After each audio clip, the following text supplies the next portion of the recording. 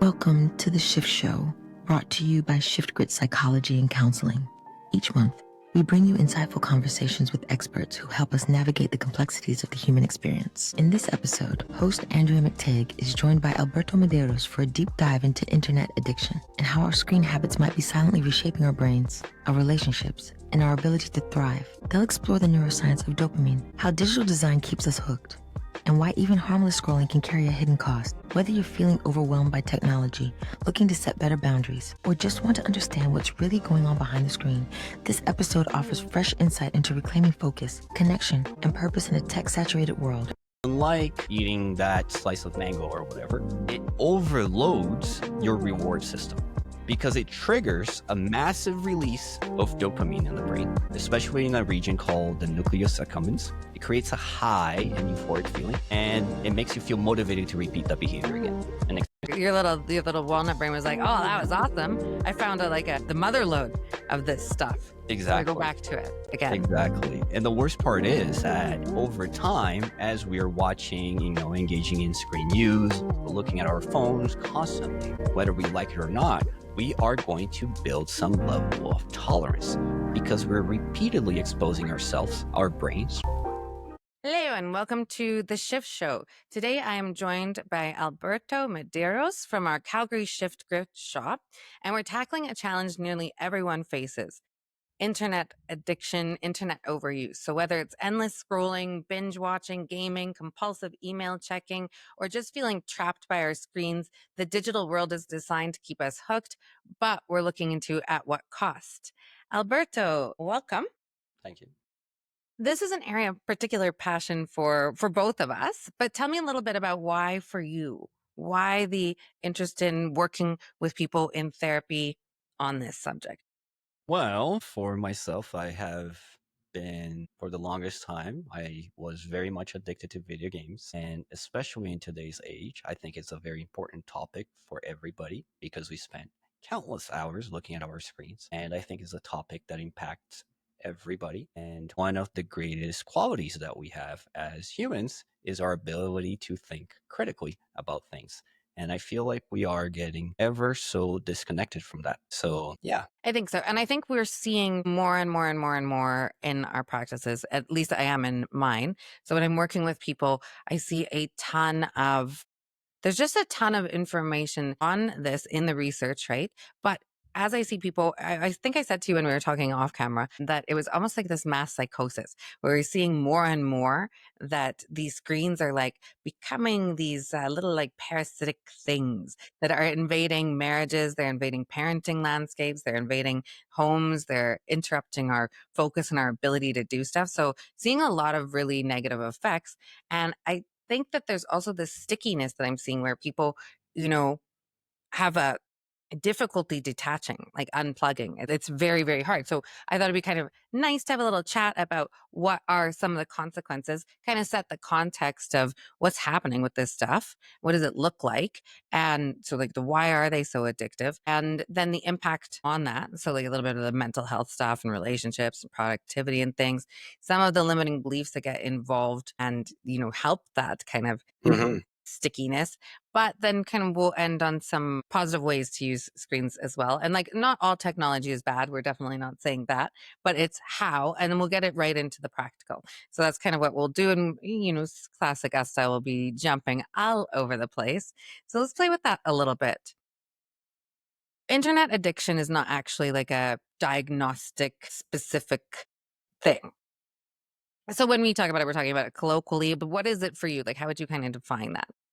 I would define internet addiction as using technology unintentionally. I think the catch here is unintentionally, and we'll obviously talk a little bit more about that. And using it in such a way to shut off the emotional circuitry in your brain and doing it for the purpose of enjoyment. And what I mean by that is that we become neglectful, we become forgetful, and we're not attending to our basic needs that we have to attend to as humans, such as socializing, such as talking with people, such as making food. And it gets to a point in which it becomes stressful. That's how I would define it. I think that's a great definition. And while you were talking, I was kind of thinking about how so often I will be working with my clients on like improving sleep. Mhm. And I'll ask them, like, what is it that you do right before bed? And, you get that look where they're like, I don't tell you. But it's almost even overriding such strong basic biological urges like sleep. Like people, I don't know if you've ever had the thing where you're like so tired and then you sit down and all of a sudden you watch like 6 episodes of something and you're like, how did that even happen? So we're really really overriding a lot of our like basic biological needs, never mind our kind of fancier social need for connection and all of that kind of stuff. So it's getting a bit weird, I think, for a lot of people. Absolutely. It's such a huge issue and people don't even realize it. They don't even think it's a problem to begin with. That's I the think that's one of the crazy things about it is that you're like, well, that's not, so I think bringing it into the consciousness, which is a bit of the point of this conversation of like Mhm, talking about like these are the things that it does, right? mhm. Like this is the impact. But, and I think sometimes when people, hear internet addiction or a specific term like that, they think about that person who is, like gaming and like ordering pizza and like wearing diapers so that they never have to leave for hours and hours. But that's like at one end of the spectrum. And I think that we're just looking at just overuse of screens to the point where it's like not creating your ideal reality. Absolutely. 100%. And one interesting thing is that research shows that over the past 5 years, we have been using our phones in North America on average 4 hours and 36 minutes. So that's just the average. And I would guarantee a lot of us are using it way more than that. Percent. And I would be really interested to see some data, and maybe this is some research we can look into of by age cohort. That would be neat because I think, because that average includes, my old man dad who like isn't, the most Mhm, technology mhm, mhm. adept person. But when I'm seeing my like younger clients, and it's not like maybe it's a bit bigger or people that are a little bit more introverted. I think there's different characteristics that make people more susceptible to overuse as well. Yeah, so some of the characteristics of people that are more susceptible to technology are people that essentially crave being around people, but crave being around people and basically social introverts. That's the best way I can put it, right? You're not going to have your very practical people who are extremely extroverted, wanting to be online more often than people who are social introverts. Of course, we are all going to fall under the trap of technology addiction. You cannot escape it. Doesn't matter what kind of personality or trait you have. It is inevitable if you're being unintentional about its use. And I think that's the catch here. It's not so much about personality or traits. It's about how you go about using it, right? Which is kind of interesting because what I have seen is the more people use it, the less intentional they get about it. Because what we kind of need a little bit of is we need some mental space to like dream and think and plan and set goals and all of that stuff. And if we're constantly being fed things, then that time gets smaller and smaller. So moving back to that intentionality, but let's talk a little bit about different types of internet overuse because there's a whole bunch of things. What are you seeing in your practice? What do you see in the world in terms of like what can this look like? What kind of topics? Yeah, for sure. So there's definitely different types of technology addiction. Of course, you have gaming, people who spend countless hours gaming, right? Playing MMORPGs, MOBAs, whatever, any types of genre video games. When most people, when they think of gamers like that, they probably think of young teenagers who do that sort of thing.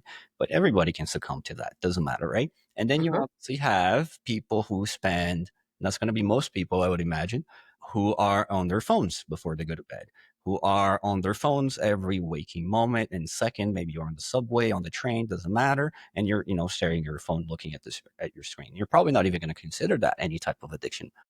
But you really have to ask yourself, why are you doing it? Why are you engaging? Yeah, sure, there's nothing to do right now because I'm on the subway or whatever. But, you know, possibly you could be taking down notes or thinking about the podcast that you have tomorrow. Right. 100%. There's a whole bunch of things that we can do within that time frame, but we're not being intentional about it, right? Also, there is pornography use, right, which is Mhm. so rampant when it comes in today's world, and we have become more and more disconnected with ourselves, right? And then you have to ask yourself. More than likely, people are not asking themselves. They're like, Why are you engaging in pornography, right? Is it because it's a lot easier to have some sort of emotional fulfillment from watching that as opposed to actually going out and trying to find a loved one, right? So That's a lot more work, right? You're that like, is a lot more I work. have to talk to these people and they have to like me and I have to be charming and I have to be a certain type of person so that people will engage with me. So there's like, it's just removing a lot of the, it's like skipping to the good part. Exactly. Let's skip to the good part. It's a lot easier to succumb to do something like that than it is to actually go out of your way, feel the fact that you feel really bad about yourself and you have to work on it, because they're more than likely people who, engage in these kinds of addictions. There is something about themselves that they need to work on prior to doing that, right? So instead of doing that, I'm going to do something else instead. One of the things that somebody, because I mentioned that we were going to be having this discussion, Mhm. was the online shopping scrolling. They'll get like down these rabbit holes for hours, just like looking at things, looking at things, looking at things. And then all of a sudden it's an entire day just gone, like the online shopping and that kind of thing. Mhm. And I think obviously the TV and binge watching movies and things like that is a big one, super common. Absolutely. Absolutely. It's a huge thing. Um, if it's okay with you, I would like to talk a little bit about like how does it happen? You know what I mean? Because I think that's Yeah, sort of important for people to sort of understand. 100%. Essentially, right? We all know. I'd like to think most people know what dopamine is, right? Because that is a Yes. pretty big topic, right? And when Just in people case have they don't, though, what is it?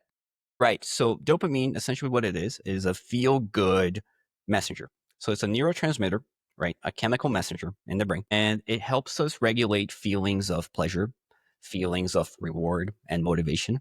So when you do something pleasurable, right? If we're like, talking here or having a great conversation, talking about very important things that the public would enjoy, right? There's a certain amount of dopamine that's being transmitted in our brain. It's always there, Yes. right? But it's also something that's very prevalent when we do something pleasurable, like, cocaine, like pornography, YouTube, Netflix, binge watching, right? Dopamine is released and makes you feel good, and it reinforces that behavior. And I think that's the catch, because And it's reinforcing. I always kind of like to put dopamine seeking behaviors into two kind of categories, like Mhm. where there would be natural dopamine that kind of Mhm. comes in a quantity that's reasonable. And I make the analogy of like refined sugar versus like sugar from a mango. Mhm. Sugar from a mango gets, you have to like do a bit of work. You can't get a ton of it. It comes packaged with fiber and all of these other good things to slow down its absorption. So that's how like nature intended it versus, like, I don't know, Mountain Dew, where you're just like mainlining the sugar. And I think when we talk about like cocaine is like the refined sugar, and then you've got things that are like having a wonderful conversation. That's kind of more like the fruit sugar Yeah. packaged with some things, some other things that humans really need to regulate that dopaminergic response. Where would you put screen use in? Well, maybe not in the good kind of sugar. In the refined, so the candy kind of thing. Exactly. And I think the reason for that is because unlike, eating that slice of mango or whatever, it overloads your reward system, right? Because it triggers a massive release of dopamine in the brain, right? Especially in a region called the nucleus accumbens. It creates a high and euphoric feeling, and it makes you feel motivated to repeat that behavior again and Yeah, experience because it. you're like your little walnut brain was like, oh, that was awesome. I found the mother lode of this stuff. So I go Exactly. back to it again. Exactly. And the worst part is that over time, as we are watching, engaging in screen use, looking at our phones constantly, right? Whether we like it or not, we are going to build some level of tolerance because we're repeatedly exposing ourselves, our brains, right? It's going to reduce the dopamine production or the number of dopamine receptors. So essentially, by engaging in the same activity that feels pleasurable, right? We're going to seek more extreme types of content. We're going to watch more shorts. We're going to binge watch, shows on Netflix for longer, right? More volume. More volume. We're going to need higher doses to get the same dopamine rush and reward. So We're, very similar to that drug addict. it is very similar. And people tend to think to themselves, well, I'm not an addict. I'm just looking at my phone on the way to the home. I'm just, on the train and just staring at it. Well, and I Really? think that's where it gets into this thing with the normalization of it because, if I say somebody, if we're talking about cocaine, that's not a socially acceptable thing in many circles and whatnot. Everybody kind of knows you're like, okay, too much of that is bad.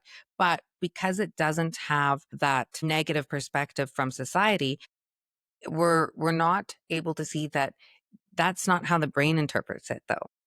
We normalize it. We think it's okay, Yeah. right? But your little dopamine reward system, your Exactly. dopaminergic system doesn't get that part. Exactly. The brain does what it does, regardless of whether we agree to it or not. It doesn't matter. It's irrelevant. And also, another important topic is that it weakens our self control. Over time, frontal lobe, the prefrontal cortex, the part of the brain that's sort of responsible for decision making, self control, right, becomes less effective, right? It makes it harder to resist cravings. It leads to more compulsive behavior where you're just scrolling and watch countless amounts of shorts, within that hour. And then you tend to forget things, oh, I got to do something else with my time instead. I got to go to work. I got to go to sleep or whatever, right? So it's very pervasive in that sense and impacts all of us, whether we like it or not, right? Like it messes with their prioritization structures then probably quite a bit. Absolutely. Absolutely. Absolutely. And we're going to talk a little bit more about that, I'm sure. It leads to ADHD-like symptoms and whatnot, which is, And one Well, yeah, and we'll definitely have a little chat about that because I think that's a question that we're getting asked a lot. But I think when we look at that dopaminergic system as well, one of the things that I'm always thinking to whether we're talking about internet addiction or a cocaine addiction or whatnot, I'm always explaining that when you outsource dopamine, so when it is in this manufactured refined sugar kind of way and you outsource it, that means your body's like, oh, you know what? Dopamine's a lot of work for me to produce. So I'm just not going to. I'm not going to produce as much. So that's why we'll get massive mood disturbances and things, anxiety disorders, all of this kind of stuff starts to occur, an inability to regulate our emotions because then we're missing the amount of internal dopamine production that we require in order to keep our mood balanced and our behaviors motivated. absolutely, because essentially what we're doing is it is a lot easier, a lot more convenient for me to just shut off that part of my brain, my limbic system, my amygdala that is responsible for all kinds of emotional control, and just look at a ton of videos, within that hour, than actually face the fact that I am feeling a particular way about myself, right? And it's a self fulfilling prophecy given the fact that I'm conditioning myself to engage in that behavior repeatedly over and over and over and over again, and then getting to a point in which I'm depressed about myself and having a whole bunch of problems and eventually coming to therapy. Yeah, yes.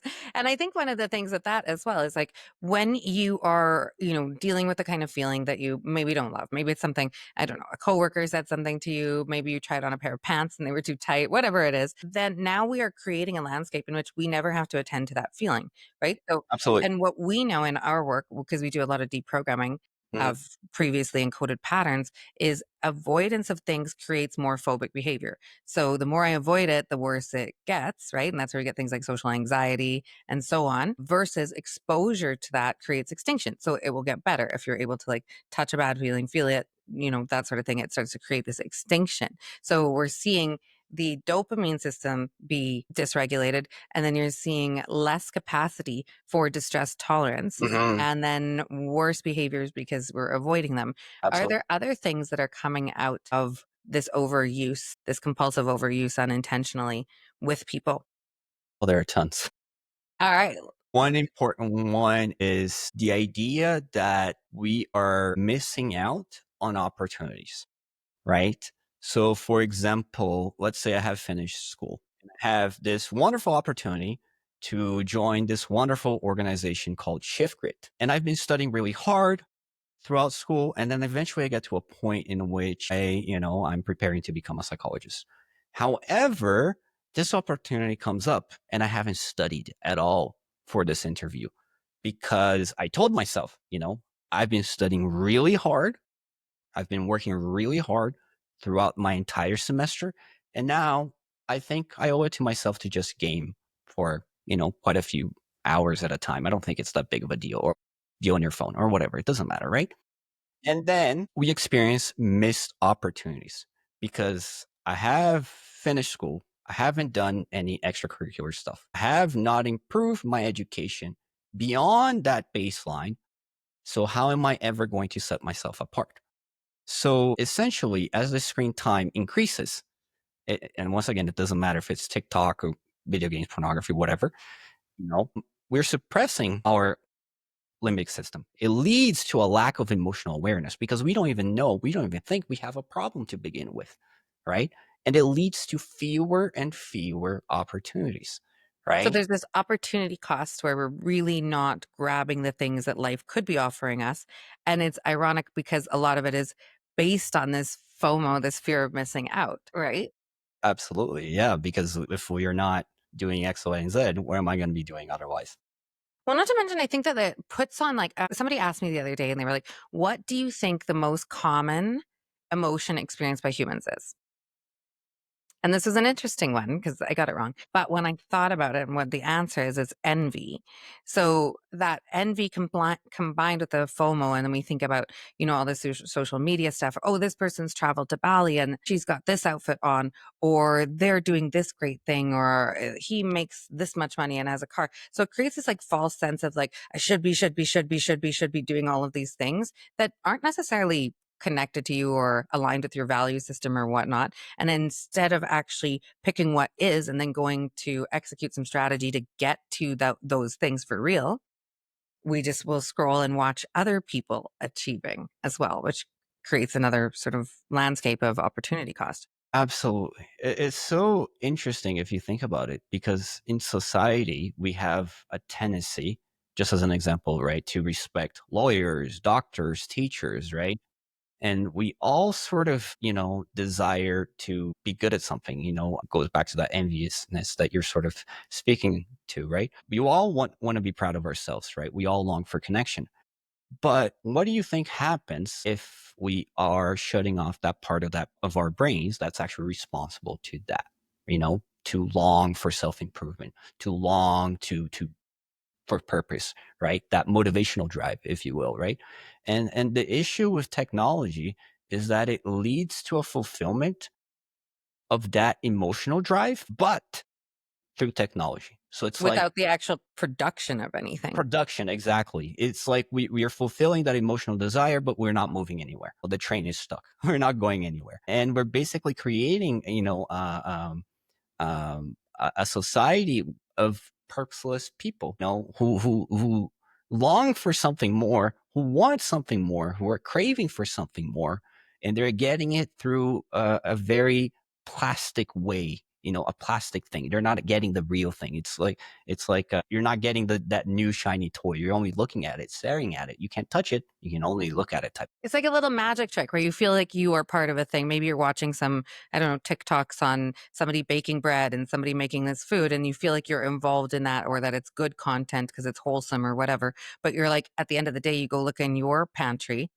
and there ain't no bread there. Like there's nothing that you've created. And I think it was interesting. There was some studies done on white collar workers versus blue collar workers, and they found that the instances of depression and anxiety were much higher in the white collar workers and the blue collar workers, and they were studying a group of tradesmen. And what they found was they were protected because they usually had a tangible completion of something. Right. So, if they're laying bricks to make a wall, they could see at the end of the day, this very concrete thing that they had done, they had achieved. Right. You're like, I have put this light fixture in, I have done this, whatever it is. Right. Whereas a lot of us that live in the line of white collar work, it's green and maybe you move this stuff from this spreadsheet to that spreadsheet, or you write this note about this thing and then it goes off into the ether. There's no tangible product. And I think that the use of social media and TV watching and all of this stuff is kind of in that same vein. There's no tangible product from it, and it's just occupying our minds. And so at the end, you shut off the device, and often people will describe feeling a certain kind of emptiness. Mhm. Because if we went back into like the evolutionary landscape, the reason that we want to get a bit of dopamine from task completion, from a keep us alive perspective, is if you and I we're just sitting around our little campfire, so our little my little monkey guy.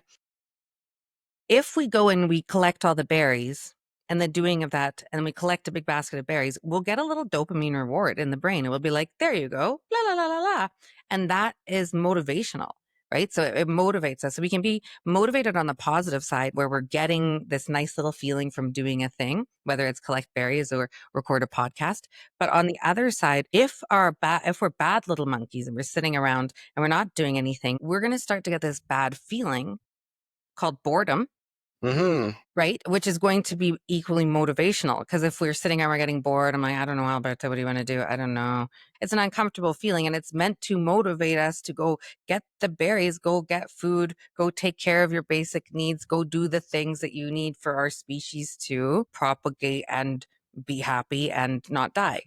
Absolutely. For myself, the way I sort of tend to think of dopamine, this is obviously not rooted on research or anything. I should preface by saying that. But think about the idea that it's like I have 8 units of dopamine.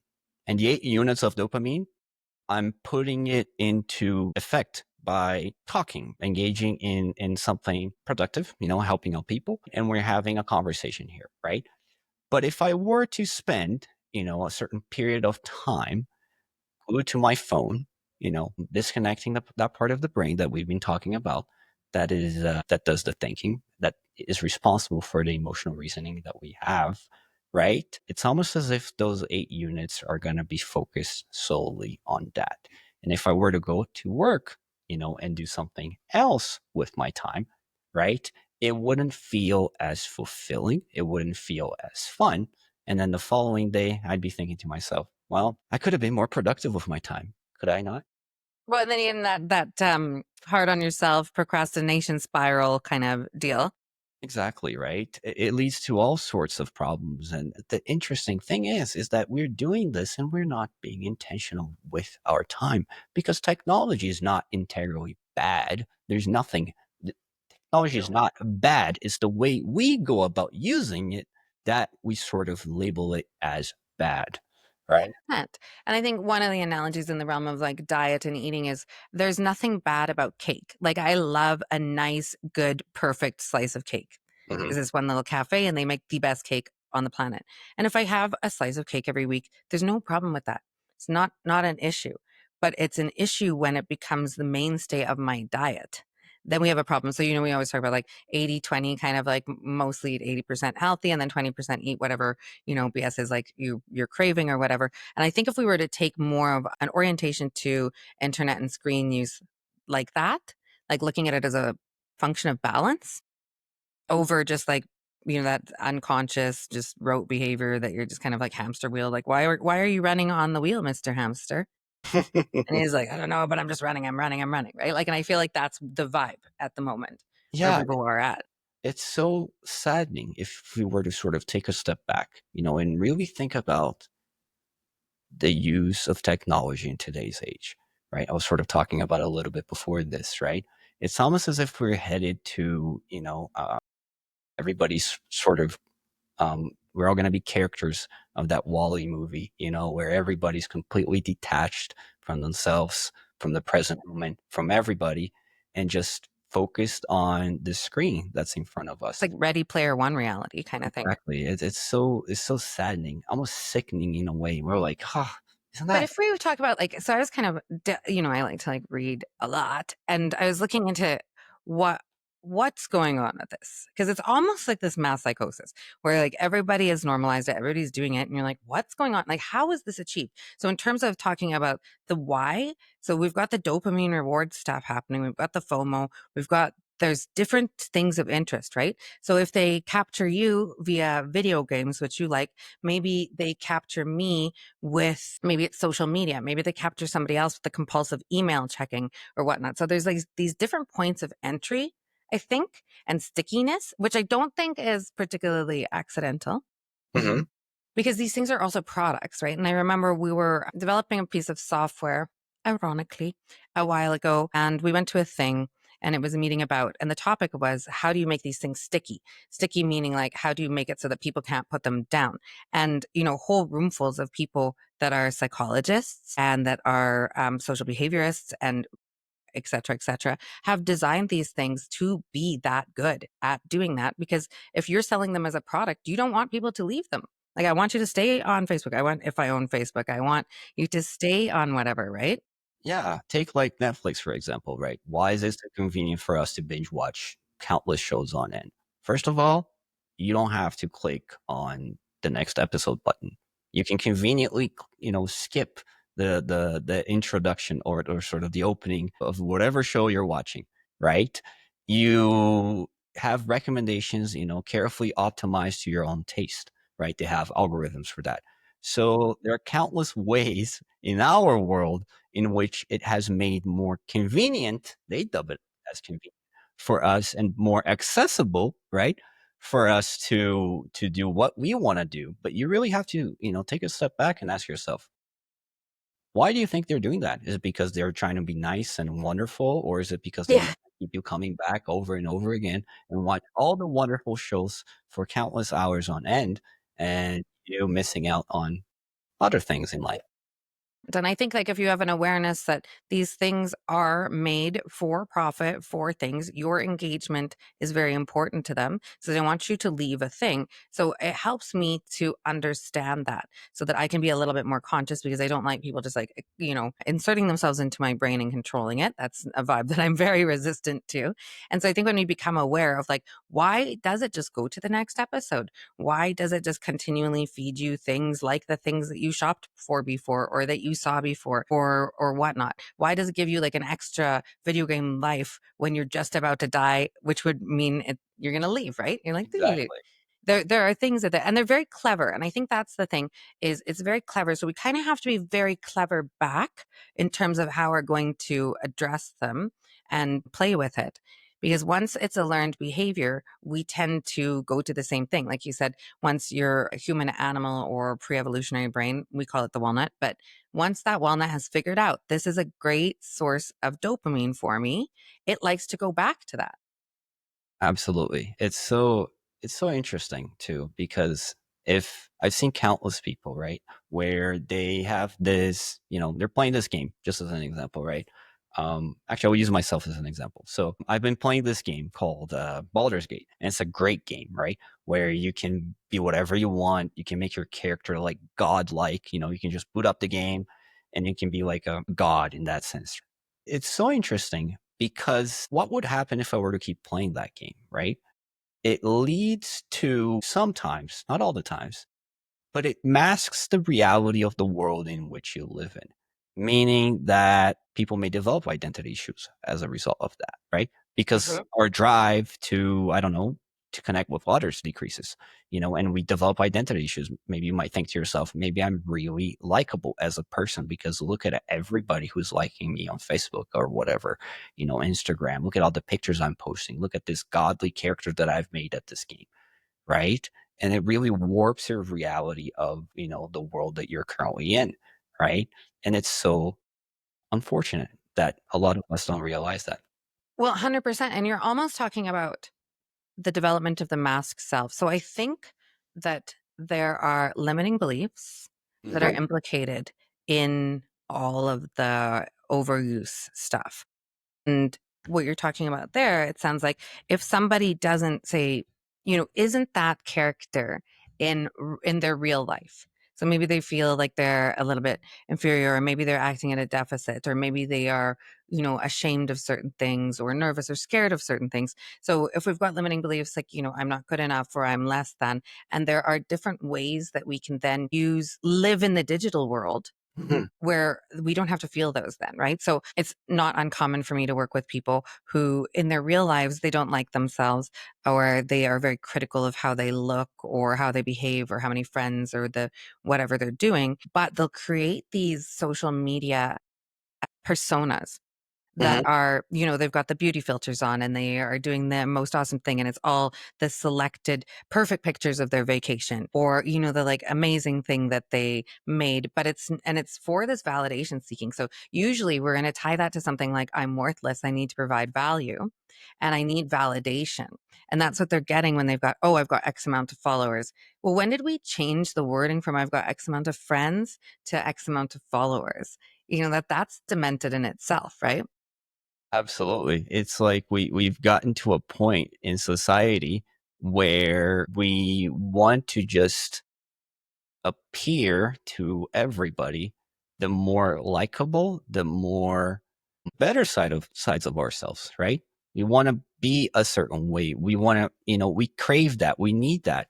And the technology that we have today, the internet, has made it more and more accessible, right? And it caves into those limiting beliefs that you're talking about, and people don't realize it. And it leads to all sorts of problems, right? Thanks Well, for and it's interesting. Well, because I think when we get into the use of technology to either deal with the negative feeling that comes from, say, our limiting beliefs activating something in our regular life. So then we go seek the dopamine, we seek that comfort, right? So I'm just going to do this because it makes me feel good. But then also there's that other layer where it's like people will sometimes use the internet stuff to create these different things so that they can also meet their dysfunctional needs that way, right? Because we say for every limiting belief, there's a dysfunctional need. So if it's, say, I'm not good enough, I need to be perfect. So then you just create a perfect persona and just like interface with life through that persona, and then get the little validation metrics via that. But then when that closes off, you're still you, right? And as you come back into your body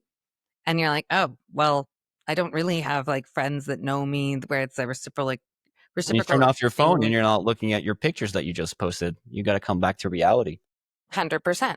And I think the other one where I will see sometimes, because I work a lot with entrepreneurs and founders, so they will often have things like, I'm irresponsible, I need to be responsible for everything and everyone. So one of the compulsive screen internet use for them is like compulsively checking their email, compulsively checking their work data.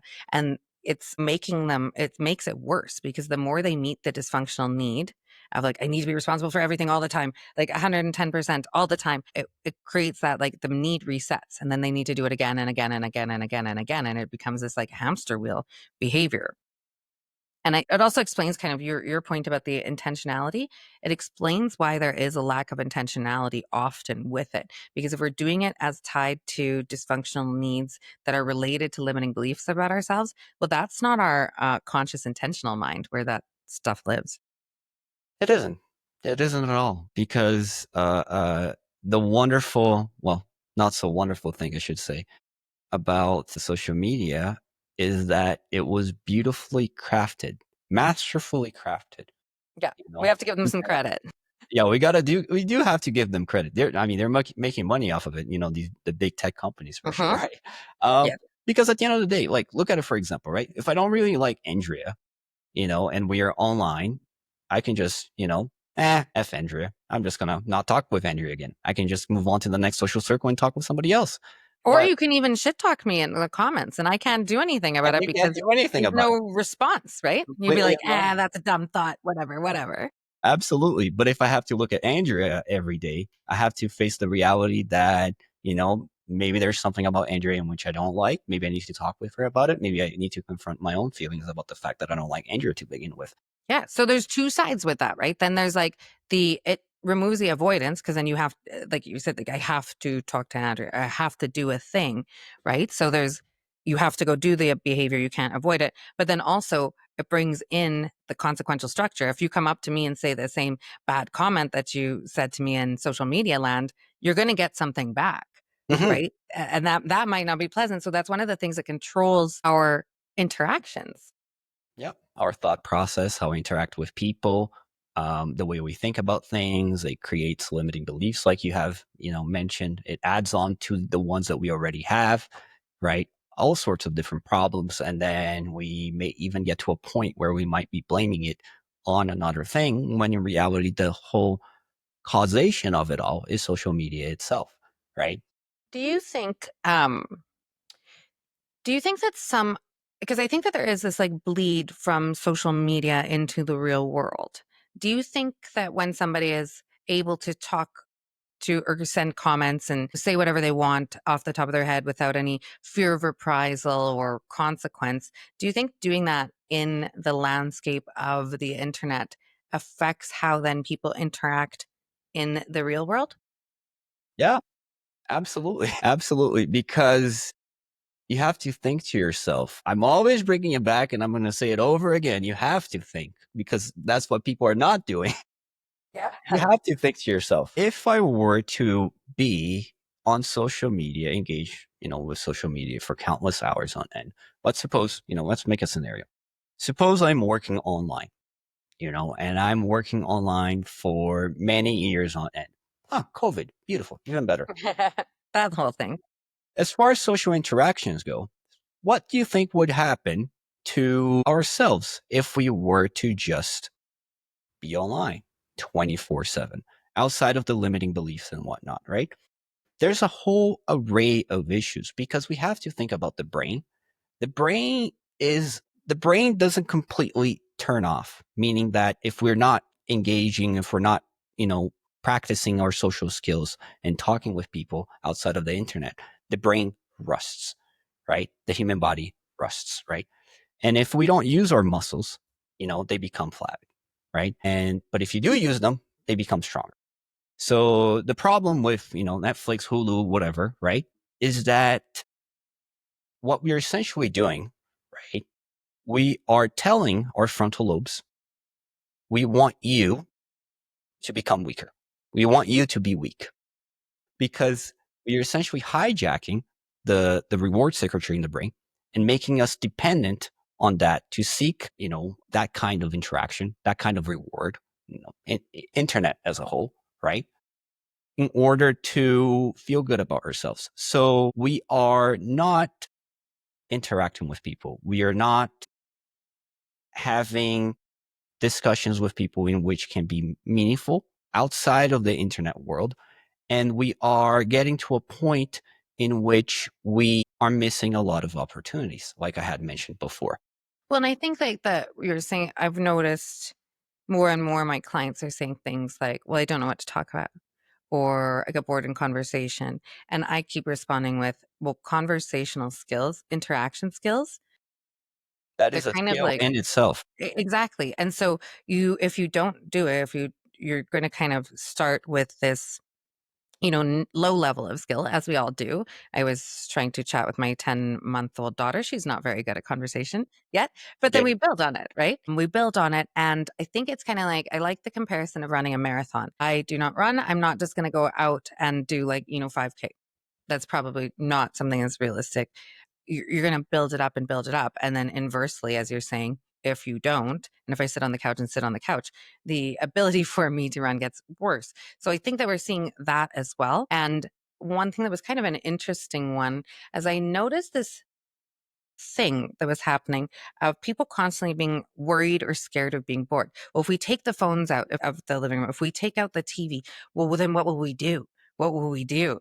And I keep getting that question, like, what will we do? And you're like, well, we didn't have them before. So you're going to find some stuff to do. But I think one of the things is that people will naturally orient to chatting with each other. They'll naturally orient to connecting because we are a connective species, Yeah. right? We're social But beings. and I think I was mentioning to you one of my friends is a nurse, and she said, pre-pandemic, during the pandemic, she had a baby, so she went away from work. When she came back to work after, she said it's very weird. And I said, well, what's really weird? She goes, well, I go into the break room and before, we would be chatting or somebody would bring cookies or we'd be exchanging recipes or whatever it is. And so she'd have all these great friends from work, like all these other nurses. And she goes, when I went back, what happened is everyone sits in their own little corner or they'll sit right at the table and the phone, and the phones are out in front of their faces. And she's like, nobody talks. It's really silent. It has a really weird vibe. Like if you were to say something, it's almost like you would be interrupting whatever it is that they're doing. And you can see that social fabric degrading just through those little types of things. Yeah, for sure.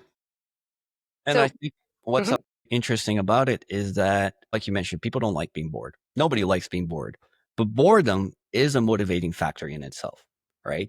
For us to do something else. And it's a lot easier for people to do what's easy than what is uncomfortable. 100%. So we've talked a little bit about how limiting beliefs are implicated in it. We've talked, and that's all specific to the individual. We've talked about the stickiness and the design of these things, the mass spread of all the different types of stuff. Why don't we talk a little bit about something that we're seeing come up more and more, which is the relationship with the neurodivergent Mm. landscapes, ADHD, autism, and internet use. And you're kind of referring to it when we were talking about like the ADHD pandemic. What are you seeing in that regard? Like what's happening with that? everyone nowadays has ADHD to a certain degree, right? Because essentially what we're telling and doing to ourselves is like, we lack focus as a society in a lot of ways, I think. It's difficult for us to sit still with ourselves, be present, have a conversation, look at people in the eyes, and just be okay with that.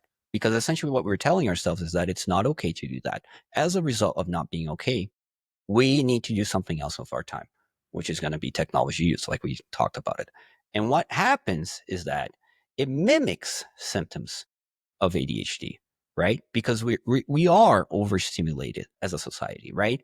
We cannot, our levels, our threshold of boredom, right, tends to decrease. We used to have a higher threshold of boredom, and we were okay being bored to a certain point. But nowadays, that's not the case any longer, which mimics symptoms of ADHD. And similarly, if we're not interacting with other people, face to face in the actual world, physically present, not online, right? It can also mimic symptoms of autism because you're lacking the social interactions that are so important for us We're as like humans. not practicing our social We're skills. not working on our conversation skills. It's faltering, right? Because if you don't have to look at people in the eye, if you don't have to talk with people a certain way, if you don't have to mimic their behaviors or interactions, and being a functional human in society, right? Of course, it's going to mimic quite a few neurodevelopmental conditions here and there. And that's not to say that there aren't people out there that actually have ADHD, but you have to think to yourself, why is there such a huge, pandemic, I like to call it, of ADHD? Is it really because people legitimately have ADHD, or is it something a little bit more? Hmm. Well, 100%. And I would imagine the introduction of the screen use earlier and earlier in life probably contributes to that more because when so like I said, I have a little person, a little person at home, and she is learning how to what gets a good reaction, what gets a bad reaction, what creates warmth. And those feedback loops are incredibly important. And one of the things where they learn the most from is eye contact and watching faces, right? So babies naturally orient to faces, they naturally orient to eye contact. And if we put a screen in there and say that it's learning, and maybe it is an educational program or whatever, but we've got like high like lots of light, lots of color changes, and more importantly, the opportunity cost for people that are developing, whether they're 10 months old or 5 years old, is that they're not learning the physical language of humans. And we know that we're dominant in our communication through body language over voice. Right. So we're going to have those deficits impact. And I think that's perhaps why we're seeing so much dysfunction in the younger crowd. Like there's some interesting research on the impact of social media and stuff like that on ADHD, on autism, on self-harm, on anxiety. And it Right. seems to be just ramping up and up and up. And a lot of research hasn't even come out because simply we don't know, right? Because you and I both know there are critical periods in which if language is not learned, if a language is not developed, and we don't work on those social interactions that we're supposed to have with people, which is very important for our survival, right? What happens down the line? What kind of things are the kiddos going to miss out on, right? What kind of problems may they have at school, right? No wonder it mimics symptoms of ADHD, right? Well, 100%. And this sort of reminds me of I remember watching this video. I don't remember exactly. And there were these two guys, and they were like visiting this island, and they were gonna stay over with this family. And there was this girl. She was like around 5 or 6 years old, and they were amazed by how well she was able to just sit still, have a conversation with them. It's not like she's playing with a toy and some sort of secondary stimuli in order to keep herself focused or anything like that. She's just sitting down, looking at them in the eye, and holding a conversation.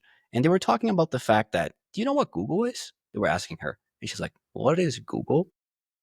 How do you do it? And it's so remarkable to look at something like that because it really paints a pretty clear picture of where we're headed as a society, right? Because we can learn, we can do things. We were not always like this, right? It is not just everybody has ADHD, right? Things to think about. I think is that the mind is very neuroplastic. And so my husband and I are pretty big foodies Mhm. and we really, really like dining experiences. And so one of the things I really wanted was to train the little one to be really good in restaurants. And so I delved down, like, of course, like a psych research land, right? So I was going to go into all the research of like, how do you do this? Because it's not just about, like, oh, here's a little fork and here's whatever. You have to be able to train them to do what that 5-year-old girl did, where you train them on a low stimulation environment. So there aren't iPads and there aren't phones and all of that sort of thing, but there's also not a ton of toys around at home, because then when you take them into a higher stimulation environment, maybe that's a restaurant, maybe that's school, whenever, then they are more alert. They're like, oh, look at all this stuff going on. And we're very similar to that as well. If it's like too much input, too much stuff going on, our brain just starts to not pay attention as a coping strategy. And that will present a lot like ADHD stuff. Absolutely. It's so interesting. It reminds me of the psychiatrist, and he's sort of giving the example where he's sort of talking about his kids, and he's like, he has 2 kids, and they're watching TV, and he wants to get them to stop watching TV. And then he's like, how are you guys doing right now? Are you guys liking the TV? Are you guys liking the show that you're, and they're like, yeah, of course we love it. And then he asked 30 minutes later, he's like, yeah, I still like it. I still love it. And then he says something along the lines of, in about an hour, we're going to go to the park and we have to go. Okay. If we go to the park and you tell me you don't like it, we can come back. Deal? And they're like, sure. And the funny thing is that eventually when they left, not willingly, say the least, and they got to the park, he was sort of telling the story that they actually liked the park even more than watching TV, which is so interesting if you stop to think about it a little bit. Why are we just connected to our devices, our phones and whatnot, even though we know full well, or maybe we don't, I don't know, that, there's something even more intrinsically fun and enjoyable and pleasurable out there than what we're doing right now. Yeah. About like real play, like real things that we can do. Exactly. I enjoy this. And I often say that it's like an art gallery. You can better appreciate a piece of art if there's a white wall behind it with a lot of space, Mhm. because that's the kind of space for us to think, right? And one of the things, and sometimes when we're treating ADHD, there's some good research on externalizing self talk can be helpful, right? Like, oh, okay, I have to pack my lunch. I'm going to go grab, the milk and I'm going to put it by the door, blah, blah, blah, blah, blah. Because basically what you're doing is you're like voicing the intentionality of your thoughts. So if that, and I'd say that that's a strategy for like anybody doing complex things or try Mhm. to stay on track or whatnot, right? We've all run upstairs being like, okay, pack the thing, don't forget the thing, right? And so when we have noise in our head from an external source, it means that it also quiets our helpful thoughts. And I think sometimes we use screens and stuff like that to try to quiet our unhelpful feelings and thoughts, but it also shuts off the good stuff where you're like, oh, maybe I would like to take a painting class. I would like to do watercolors on the, or whatever the thing is, right? So, That's the or missed just like opportunities, right? Exactly. 100%. Or I really hate hanging out with so and so, or but I love whatever doing this with Alberto. So I think that dreaming thing, because I think the other thing that it was talked about a lot is daydreaming. And, that's when you're kind of like, just like fantasizing about things that could happen or things you might want. And it's almost like we're killing our daydreaming capacity. And that's super sad, but we could get it back. So it's kind of an interesting thing to think about, like doing some daydreaming, some like musing, some generation of thought in your mind as a reframe of boredom. Absolutely, because that's how we basically build our will and drive to do something, right? Hmm. It's not like we're just machines roaming through the world and then we just wake up one day when you're like, I want to become a psychologist. Yeah. May happen to some people, but I haven't heard of it yet. So it's important for us to, think about like what's out there, what's the possibility of what I can be, what I can do, because that leads to ideas, that leads to innovation, that leads to an array of different things, right? And if we're just, always connected and unfocused, I'd like to call it, right, by engaging technology use, right, what is being missed out? What are you losing as a reward? You wouldn't know. That's the saddest part, because you wouldn't know. It's like the thinking You in won't your know. mind first, and then going ahead and generating and developing those thoughts, building them out more through conversation.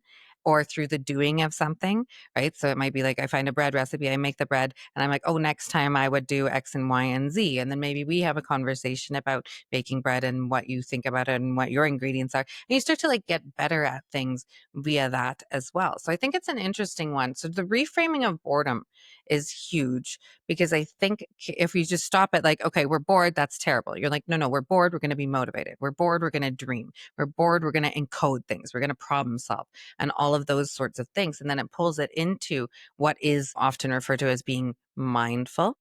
Exactly. And another motivating factor to that is that the fact that boredom, all kinds of emotions that we like to label as, negative emotions like shame, sadness, regret, we label them as negative or positive. That's something we love to label things, right? Yes, we Everybody do. loves to label things, right? And my perspective on it is that they're neither bad or good.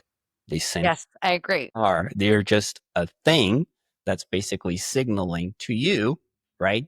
There's something that you ought to do. For example, what would happen if, I don't know, I'm in school and I am not feeling anxious about the fact that I have a test coming up.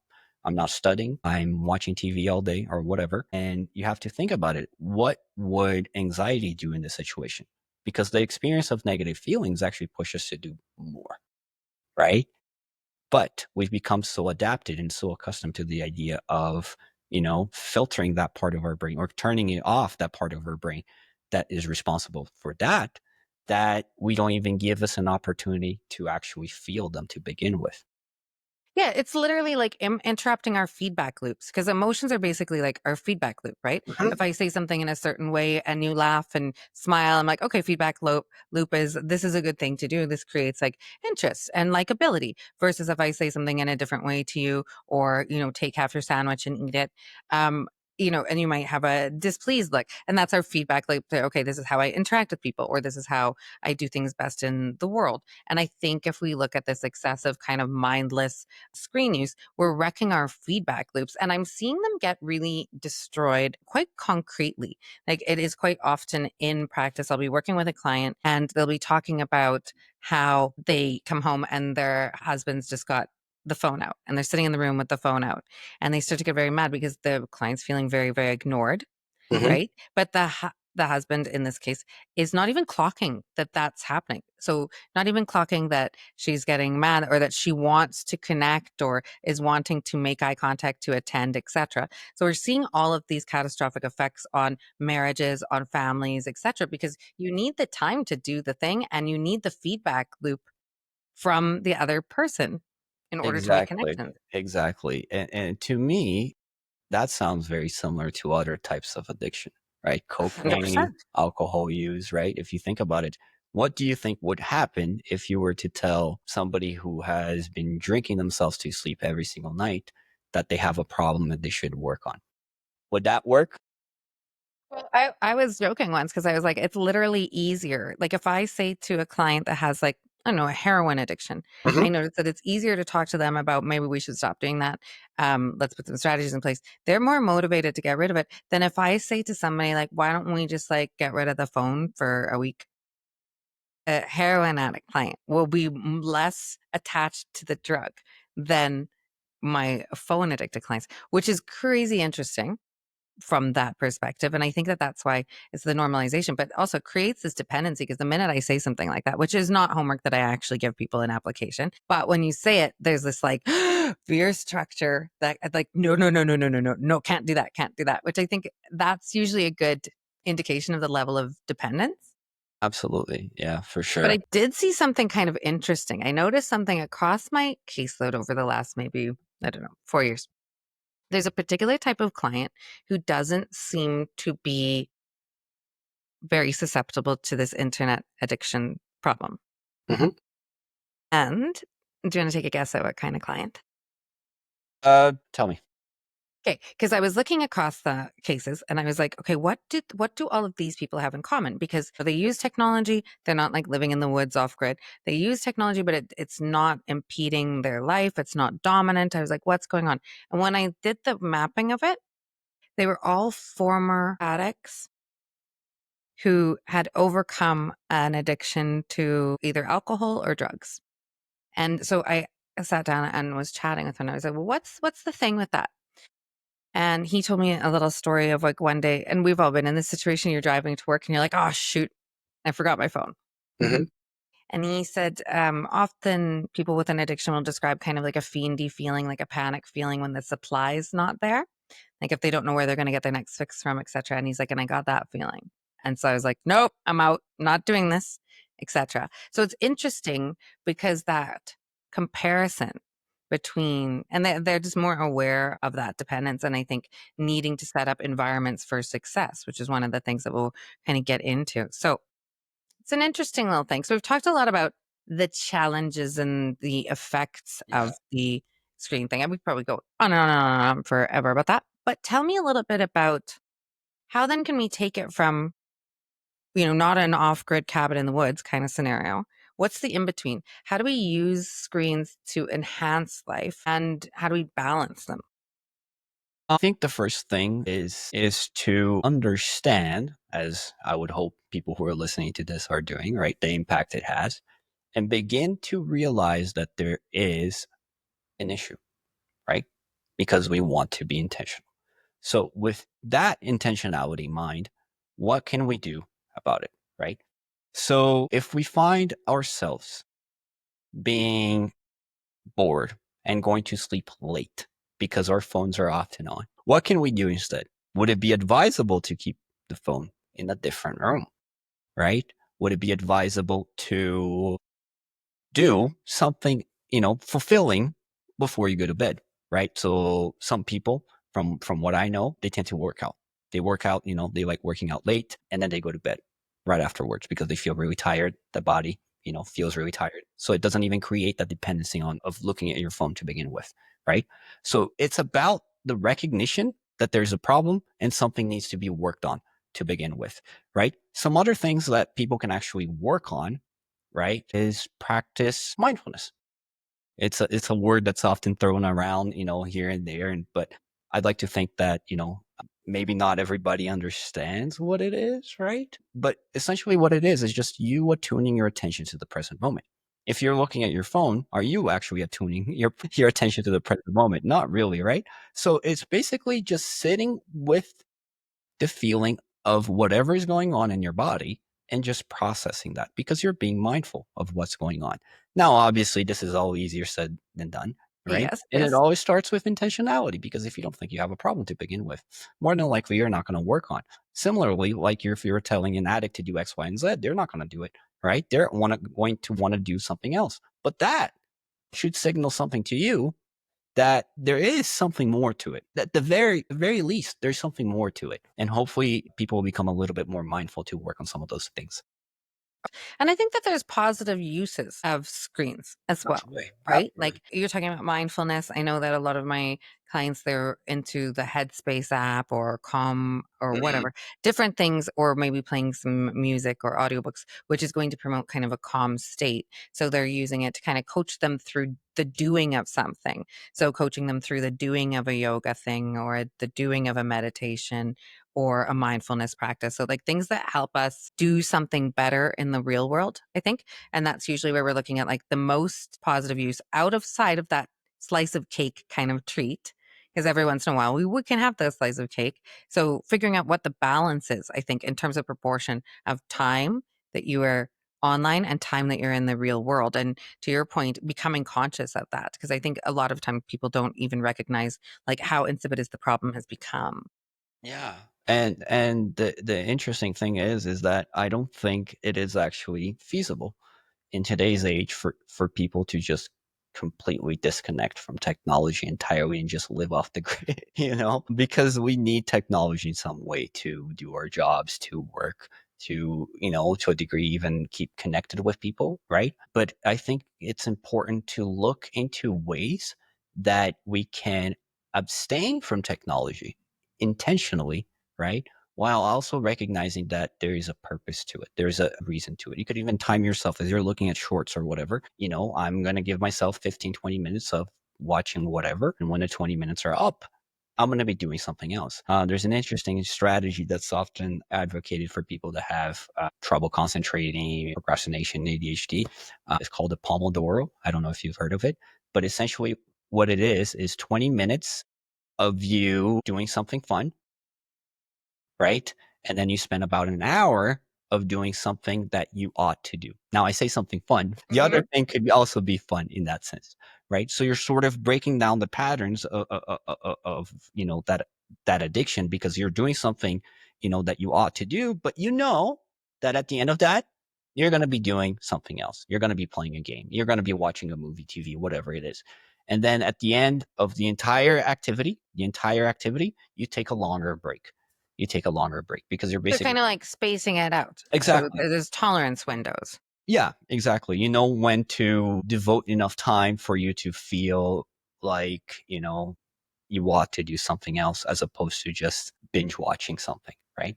Yes. One of the things I tell my clients as a strategy for, because they'll often say, like, I wanted to only be on it for 30 minutes or whatnot, but then I couldn't get off it. And I want to check on the socials or check on the this. And I was like, well, why don't you change the time, perhaps, that you put it? So instead of watching that stuff before bed, which kind of has no concrete ending, right? You could watch it for the half an hour before you have to pick the kids up from school.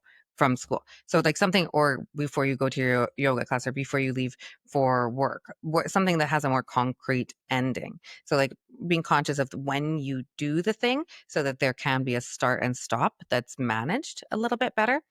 And I'd I be think curious to hear what happens beforehand with a client like that. Like, what are you doing? What are you thinking? What is coming up for you beforehand, before you actually, look at your phone and whatnot? Because chances are, 100%. Well, just in the same way that we ask often is like before somebody who's addicted to a substance, it's like what was happening before. And often what I'm seeing is there's one of these are the common ones. One is I'm tired. And I'm like, okay, but that sleep is the remedy for tired, right? And so they're like, okay. So I was like, is it tired or is it bored or unsatisfied? And so they'll often report feeling unsatisfied. Like I need something for me. Like I need a treat. It's very similar to when I'm talking to people that have a binge eating issue or an overeating like the way they describe like wanting some chocolate at night or some treat. They feel undersatisfied, lacking that. And so then we go backwards and we go, okay, well, what has happened in your life that the satisfaction value is too low? Maybe they're not having enough fun. Maybe they're not doing enough social connection. Maybe there's too much on their plate, etc. So then we'll go and we'll trace what limiting beliefs are the things that are creating that. So it is an underlying fix to the problem. So I'd say the lack of satisfaction. And the other one I find, and this one's kind of interesting because it's almost silly easy. And I tell them a little story about like if you're going to do a healthy eating thing and you're like, okay, I want to eat really, really, really clean this week.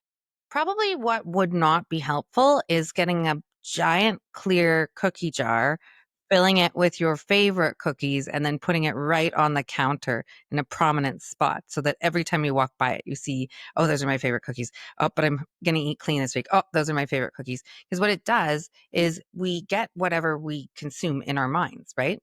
So in the same way, I find most people who are trying to do a bit of a social media diet or a screens diet, they've got their screens in the easiest, the most accessible places, right? So they're right beside the comfy couch, or the screen comes to the dinner table with them, or it's right easily accessed in their bag.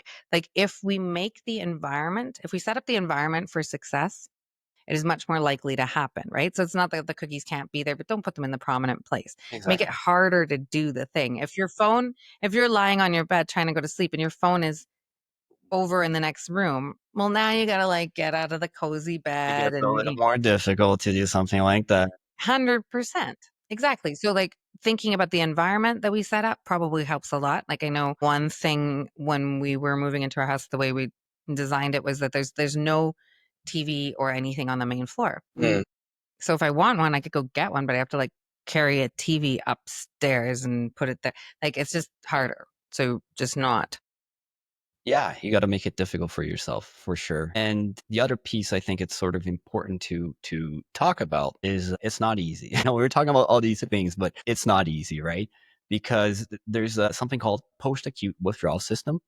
So essentially what it is that we have a tolerance, right, to adaptations at all kinds of different levels, Yes. visual level, cellular level, psychological level, the ego level, right?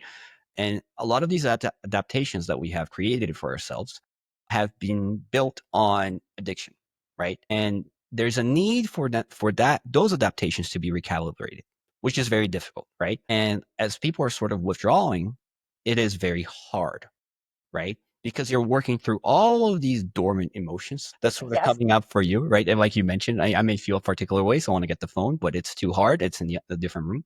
So, and people tend to think to themselves at times that, maybe it's going to be like this forever. So I'm just going to, go back to square one and just look at my phone once again. I'm just going to go back to square one and, watch pornography or whatever, right? But it's not like this. It's not going to be like this forever. Yeah, it's like going through withdrawals. Exactly. And then they'll be done. Yeah, exactly. It takes time. So it takes, on average, right, for the body to completely reset, takes 3 to 6 months. It does take time. It does take time. It is not easy, but addiction is not just built upon, the addiction itself. It's addiction plus environment, right? Mhm. You cannot just focus on yourself and not focus on the environment. You have to do both, because at the end of the day, if you're not sleeping or eating healthy or whatever, right?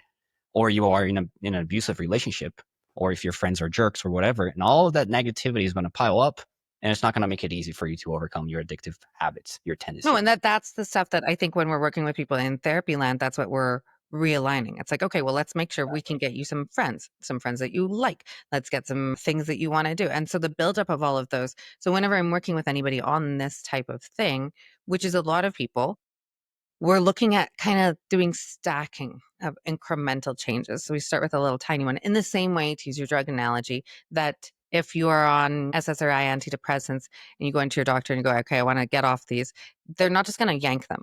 They're going to titrate them down, right? So like get less and less and less and less. And we kind of do a titration of things down by, okay, we're going to launch like no phones at the dinner table. Mhm. And we're going to just remove this. And then we're going to swap one TV watching night for a yoga class. And so, or whatever. And then you start to like build these things on until the switch is pretty significant.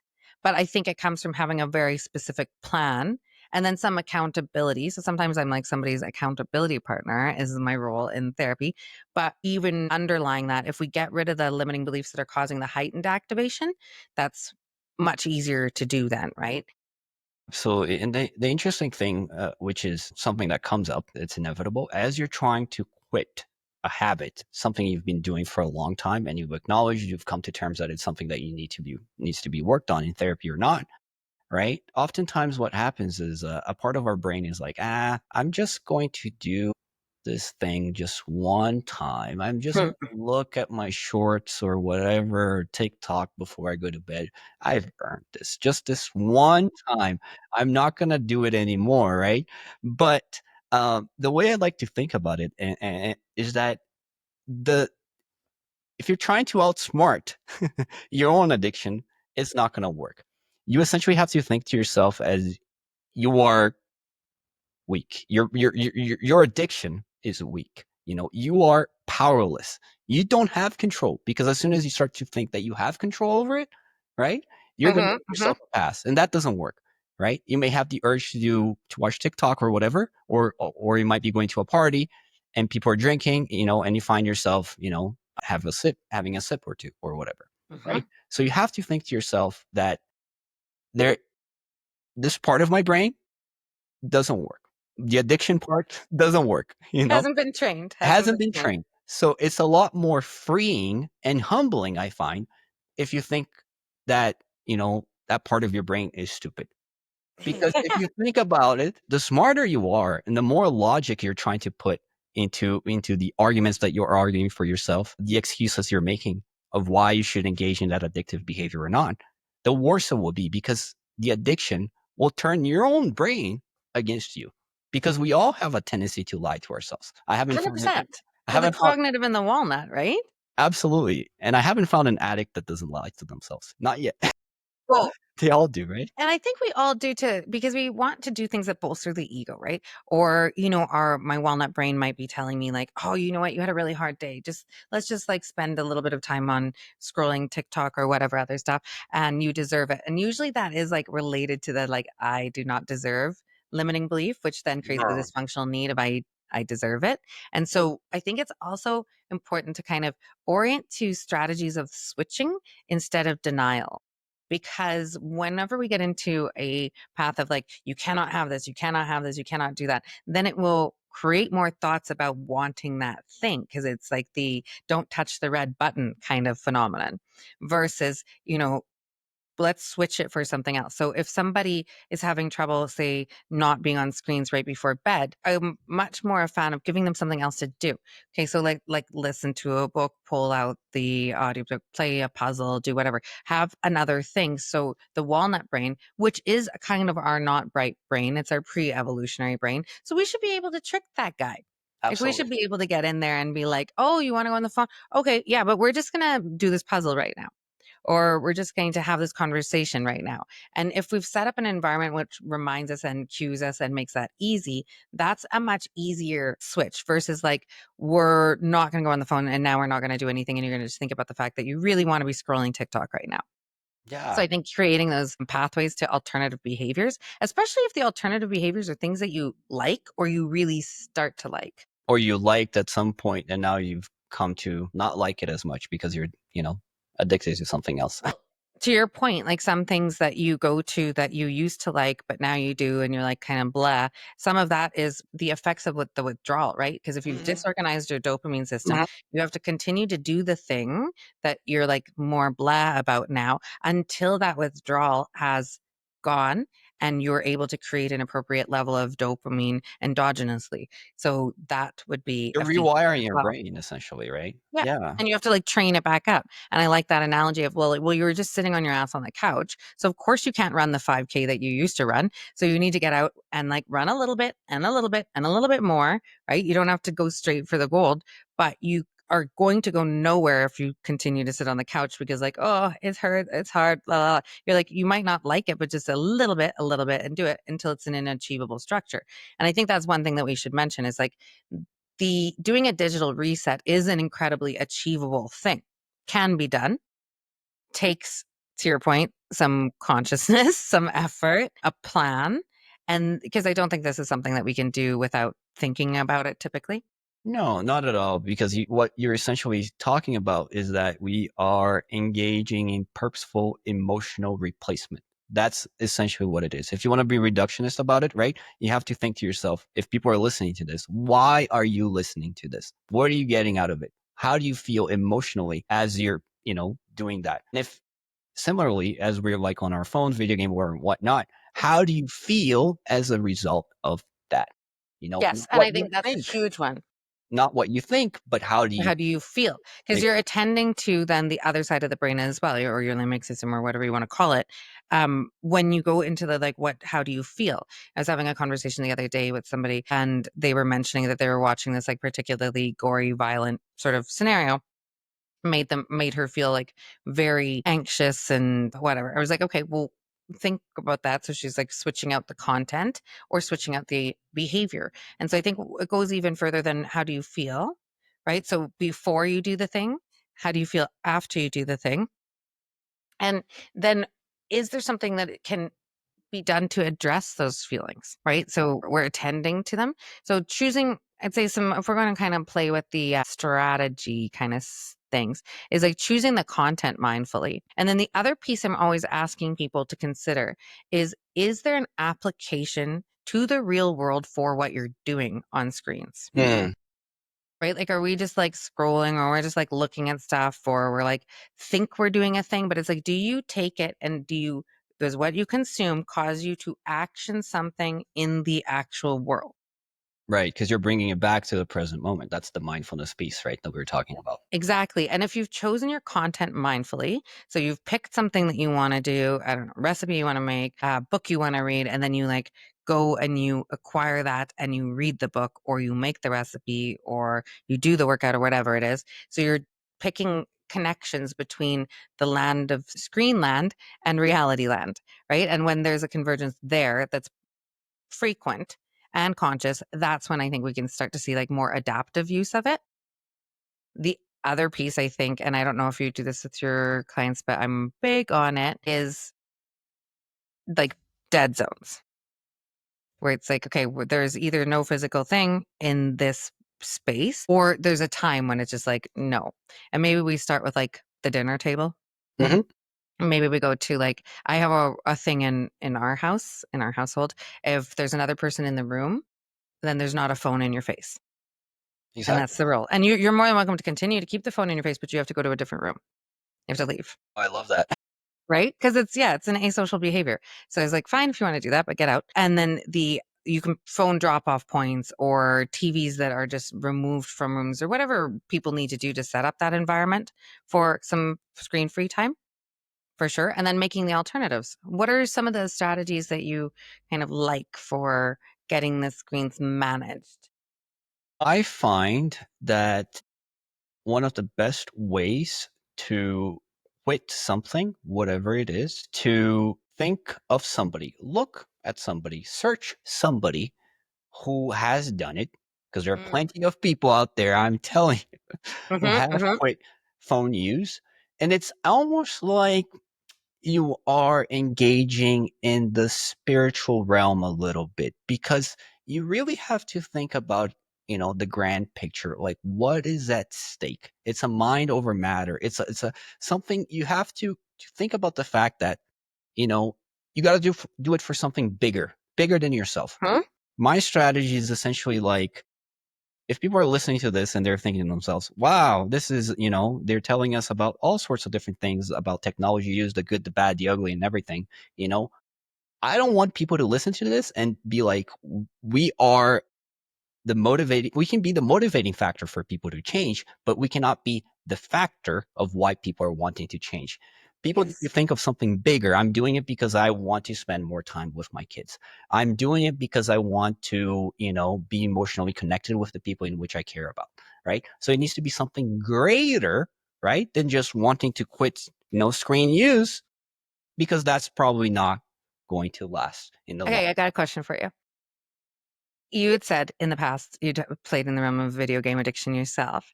So what was the thing what was the thing? What was the greater motivation for you? For me, it was finding out that there is a level of enjoyment, the level of fun and pleasure that I get from helping people, and I found out that, you know, it's way more interesting, way more fun doing something like this Yeah. than it is playing a video game or whatever, right? So the And drive to be of service kind of thing. yeah, exactly. The drive of being needed, the drive of wanting to help, and it may be altruistic or not, doesn't matter. Yeah, it doesn't It matter. leads to a sense of purpose. And I think that's what people need to find. They need to find their own purpose, right? Yeah, I think like, and for me, it was kind of a couple of them. Like, I want to be awake in order to see the beauty in the world. Mm-hmm. So that even if it's just like, you're standing outside, you look at the sunrise, sunset, whatever, or like the trees, like just being awake and present to recognize like that we live in a place where there's like, astounding beauty. So you can kind of Like touch that appreciation. feeling. Yeah. Touching the feeling of awe or wonder. You're like, oh, Mhm. neat. So like that. And I think the other one is some of mine they don't only have to be positive sort of frames. Because one of mine is that I really do not like my mind being caged or controlled. Mm. So when the resistance to having an external body entity factor, whatever, feed my thoughts and occupy my thoughts and take the power away from myself to create a reality that I want to live in or understand more, or the raising of consciousness, all of that stuff. I was like, not willing to give that up. Thanks. So it creates this like very defiant boundary. Very philosophical in that sense. Yeah, very, Mhm. very cool for sure. Yeah, you're thinking about the world and like there's something bigger than yourself out there. What am I missing out on? What if I were to just stop and like look outside and be like, wow, Yeah. isn't it crazy? Well, that's the thing is I think if you tie it to the feelings of like wonder and awe and that curiosity, and we often see this with children, right? They'll like pick up a leaf and they look at it like, have you seen this thing? Like, have you seen a leaf? And I want that because I think when we live in that, it's a beautiful feeling. And you don't have to know all the answers. You don't have to be anything other than what you are. You can just be the wanderer. And that's fine. You can just be the one that is like looking at things with awe or questions or whatnot. And I think it's a very, very satisfying place to exist for a good amount of the time. It's very freeing, I find, right? Mhm. Nobody ever stops and questions the fact that, a kid that's like learning how to walk, is like falling nonstop. Nobody laughs at them or anything like that. But when it comes to ourselves and like how we sort of see the world in terms of like our inabilities that we put on ourselves of being able to quit something that's taking so much control over our lives, right? We put all these kinds of limitations, we ought to do this, mindset. But what if you were to just stop? Yeah. And like, we don't have to be so obsessed with the end product. Like, we don't have to be like, there is no report card anymore. It's not like you get an A or a C or a D. It's like you just wake up and be like, okay, I'm going to attempt to learn things today that I didn't know yesterday.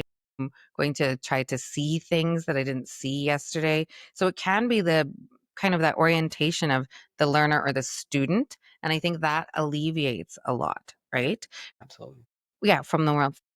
I hope it will publish a digital reset how-to guide on the website. So if you're like, where do I start with all of this stuff? Because obviously there's a lot of places to go. And now I hope we've got a bit of information about what the problem is, why it's hard to quit. And we'll get into some how to break free in that. So if you would like a little help with that, I would say go to shiftgrit.com. There'll be a link in the bio for that guide and can start shaping that.